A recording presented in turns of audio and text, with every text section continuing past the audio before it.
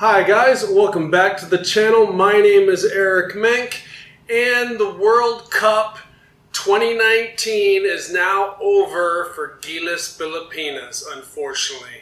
And as we all know, we didn't win a game. We went 0-5. We got blown out 4 times. And out of 32 teams in the competition, the Philippines finished 32nd.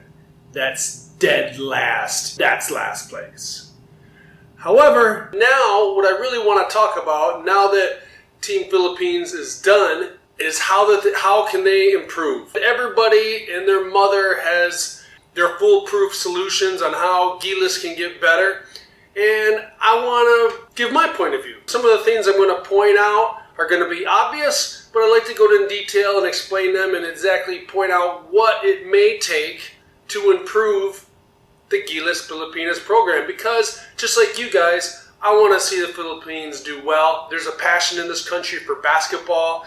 Other countries see that. Fans love it. The players are passionate. While it was very nice and an accomplished goal to get to the World Cup, you never want to enter a competition and finish in last place.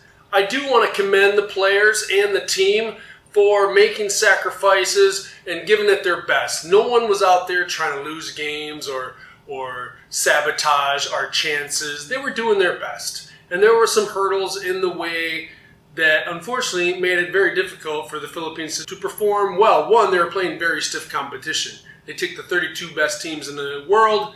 You go to a tournament, the other teams bring their best, and it's tough. Those teams are very good. The teams that we played were all very good teams. So I know the Philippines, Coach Yang didn't have a lot of time to prepare. They were also short on players, short on time, and there were forces working against them that didn't help their chances, kind of hurt them. But I do want to recognize and acknowledge their efforts and their commitment and their sacrifices that they did make, because somebody's got to do that job. And while other basketball players, PBA players, are on vacation or they're at home with their families, the people on Gilas Pilipinas were in another country, sacrificing being away from their families, putting in hours of hard work to try to solve a very difficult problem. It is always an honor to represent the Philippines and the country, and despite not getting the results that we wanted,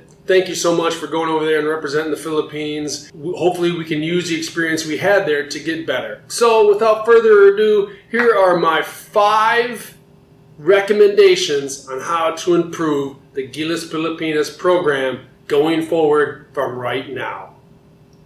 First and foremost, we have to look at our naturalized player. There have been a lot of comments going around about Andre, but for me personally, he's been with the national team now for 5 years, which is a normal life cycle, I would think, of a naturalized player.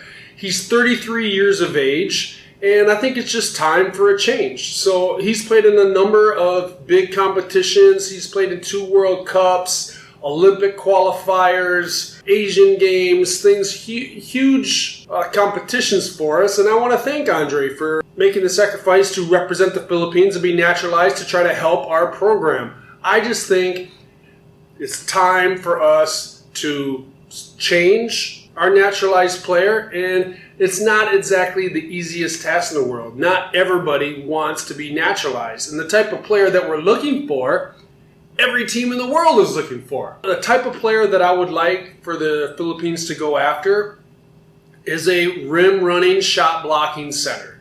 A guy that's more than happy to set ball screens and dive to the rim.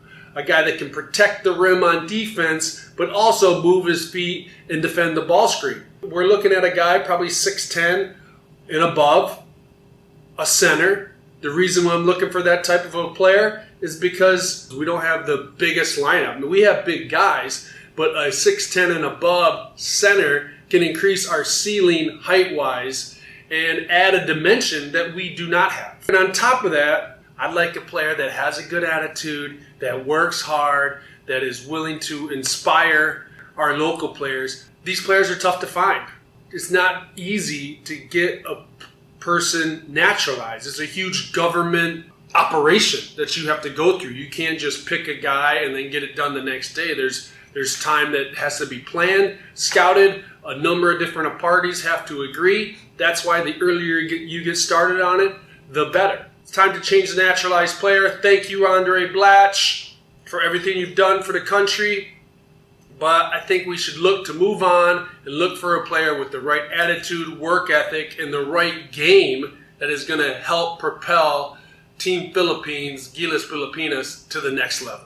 Second on my list of my recommendations on how to improve Gilas Pilipinas is we have to have our best lineup available. Now, there are a lot of moving parts here with the PBA scheduling and the FIBA scheduling and teams going far in the playoffs and injuries and whatnot. But I think it's safe to say, and I do appreciate the players that did go to the World Cup and represent the Philippines, but I think that there could have been some improvements made. We all know Jason Castro is one of the best players in all of Asia. He could have helped. A shooter like Matthew Wright could have helped. The size of Greg Slaughter could have helped. There are a number of different players, those three being probably at the top of my list, that could have helped improve our roster. You know, I think it was proven that we're not the most talented team in the world is on international basketball scale.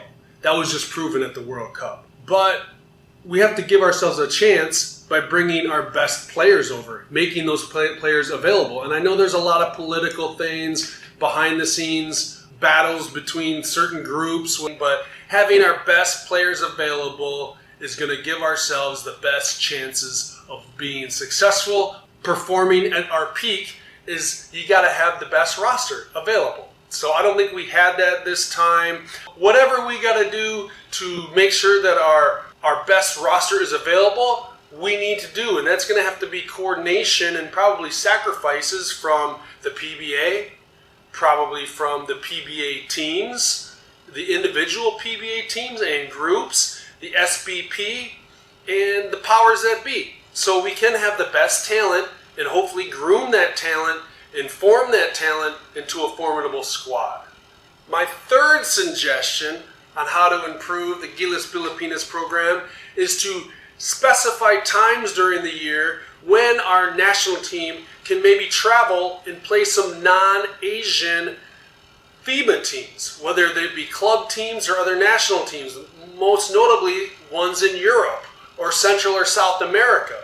Those seem to be where the best basketball is played, outside of the United States, of course, but I don't think playing the United States is really going to help us. But if we go to Europe, and we don't even have to play the top teams in Europe, we don't have to play Serbia, but how about we play Iceland? How about we play the UK? How about we play Denmark?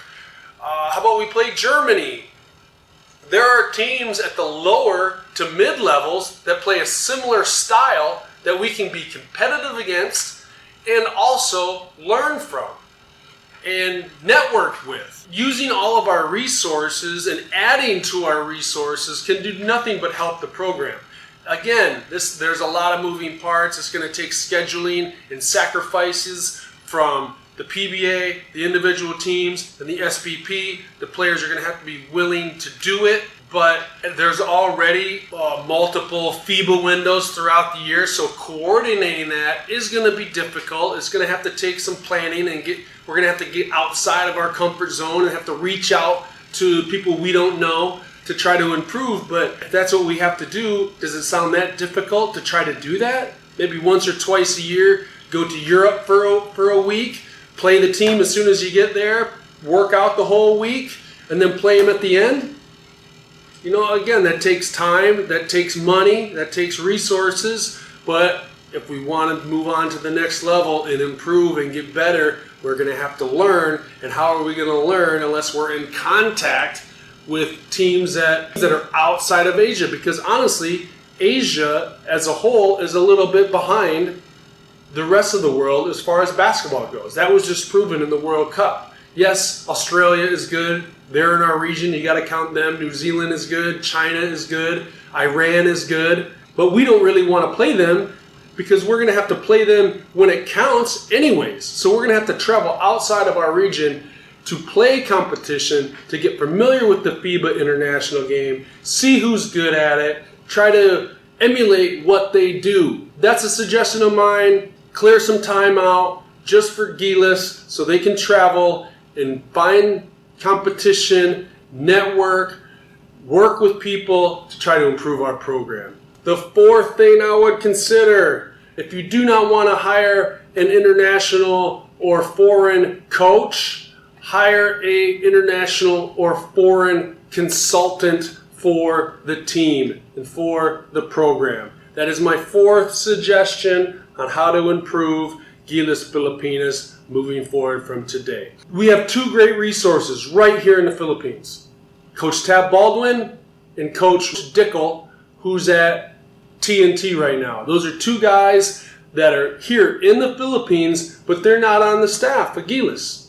Two guys with international coaching experience that have seen the game at the world level, that have international coaching experience. They're in this country and we don't use them. Okay? If you want to use them, I would highly suggest, number one guy on the list would be contact Tab Baldwin, see if he'd like to help out as a consultant and advise us on how we should practice, who we should play, what video to look at, what defensive schemes. It's obvious to me that we need some kind of consulting, and I understand that having a local Filipino coach is a good thing. They can relate to the Filipino, the heart of the Filipino. That is important, but it's also important to have somebody with knowledge of the international game that can point us in the right direction to make sure that we're training properly, that we're doing the right things. There are many different ways to do it. If you don't, for whatever reason, the powers that be don't like Tab Baldwin, don't like Coach Dickel. With the internet now, there's unlimited resources of finding a good European coach or South American coach in a country that's been successful that can help us. We have Raiko Torman was in the country. That's another guy that has been to the Philippines, loves the Philippines, has coached the national team before, and although he's not in the country, he's an easy contact to have. And if he doesn't want to, for whatever reason, he's busy and he can't help us, maybe he knows somebody who can. So these are resources that I think we need to use and utilize, people that we have a connection with that can help our program. There's nothing wrong with asking for help.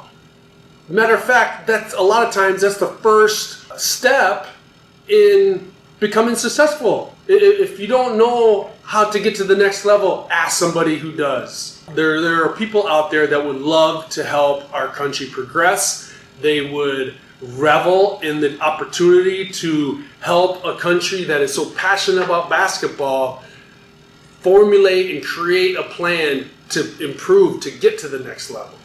My fifth and final thing that I would like to suggest for Gilas to improve, and this is probably the most important, and that is just a change in mindset, a change in basketball culture mindset.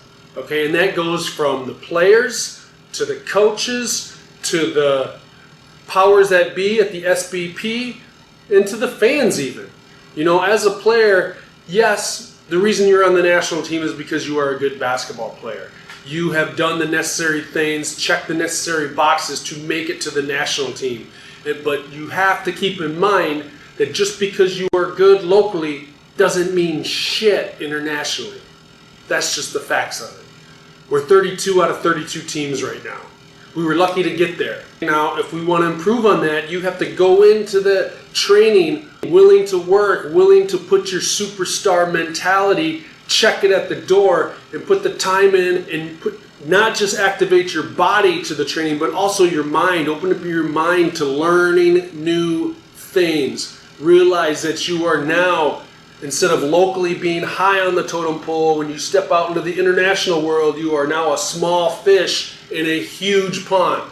Only that type of mentality, that learning growth set mentality, can help you improve as a player. So as a player, you have to change your mindset from being, oh, I'm this great player, to I'm playing against the stiffest competition in the world, and in order for me to get better, I'm going to have to work relentlessly, and I'm going to have to learn at an accelerated pace. That's the same thing that goes for the coaches. The coaches, what works here inside the Philippines in the PBA, what has worked for an individual coach his whole maybe career, he's going to have to expand that, whoever the coach is. He's going to have to expand his knowledge base, push himself outside of the boundaries to help the Philippines break through this ceiling we've been at now for a little while. And if we were to bring in some kind of a consultant or advisor, have the mindset to also work with that individual. Don't be threatened by that individual. Let that individual help our program. Work as a team to improve our basketball community and culture on the FIBA international level. I think that mindset could really help our team. And then also, you look at the mindset of the SBP and the PBA and some of the owners and governors of the individual PBA teams, they also have to change their mindset into what is convenient, what maybe they would most like to do, to what is best for the team. What do I have to sacrifice? Or what maybe uncomfortable things I don't really want to do, but for the betterment of the country and the country's program, we have to do. Those things are important. The change of mindset from the top to the bottom has to change. Something has to change. You can't just keep doing the same thing and just cross your fingers and hope for the best results. You're always going to hope for the best results, but have you made the necessary changes to try to do that? Have you opened your mind and done the most that you can do? Have you pushed yourself outside of your comfort level to try to improve? Those are things that need to be adjusted. I think those are very obvious, and hopefully with the results of this last World Cup, that will motivate us to help us change in that mindset, because nothing can change unless your mindset does, unless your preparation does. There you have it. Those are my 5 suggestions. They may be fairly obvious. Change the naturalized player, send our best team, travel to play better competition, hire a consultant that can point us in the right direction, and change our mindset. 5 pretty simple things, probably along the same lines as a lot of you fans out there, but I wanted to break them down a little bit and give you, there's probably way more than 5, but I think those are 5 cornerstones that you could start from and then build from there. And really, these things take time. They need to start now, yesterday. But as always, we wish the Philippines the best.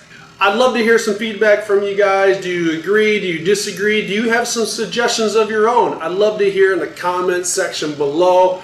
If you like this video and found value in it, please hit the like button.